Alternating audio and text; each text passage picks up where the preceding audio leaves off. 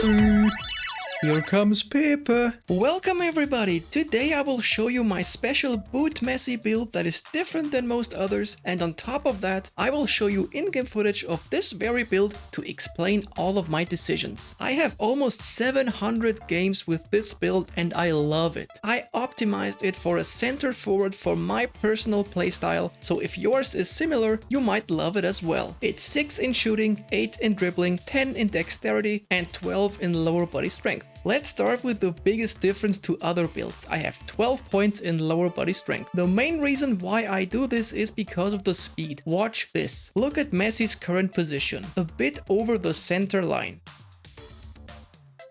Now this is the point where he reaches the ball.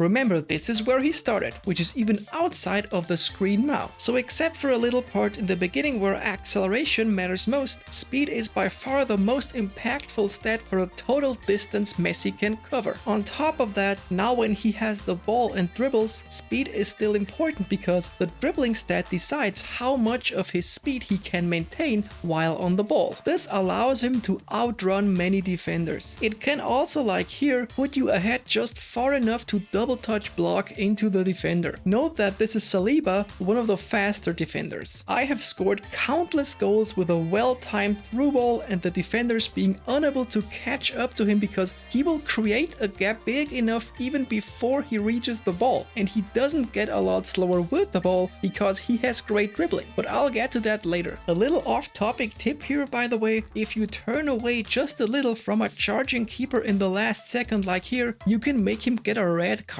this way. Here you can see that Messi is only a tiny bit ahead of his defender. Look how big the gap is now after such a short time. He's absolutely free and can score. While stamina is obviously good to have, the other attribute that goes up with lower body strength is kicking power, and that's also important. Furthermore, I went 6 points in finishing, which gives him insane finishing and great curl and kicking power. The reason why I did this is to make him more versatile. We've seen what he can do on and off the ball in wide spaces. The high finishing, curl and kicking power stats make sure he can also excel in narrow spaces. This makes him unpredictable. Even if there's only a tiny bit of space, just make a quick turn and shoot. He has the stats for it. Outside curl is very useful in these situations, but I'll get to the skills later. Also, don't be afraid to use his weak foot. Although he doesn't have maximum weak foot accuracy, people will often gamble that you shoot with a stronger foot, so using the right foot may catch them by surprise. He's also a really good free kicker, by the way. I use 10 points in dexterity, some use 11, both is fine. This, including the +1 manager boost, gives him insane 103 acceleration, also 90 offensive awareness and 89 balance, which is super nice. I use only 8 points in dribbling. That's the second biggest difference about this build, but I'll show you why. In my opinion, he just doesn't need more. For me, he dribbles exceptional. You can see he can turn quickly, he's great with the ball, and as you've seen before, he's also extremely fast on the ball. 89 ball control and 93 dribbling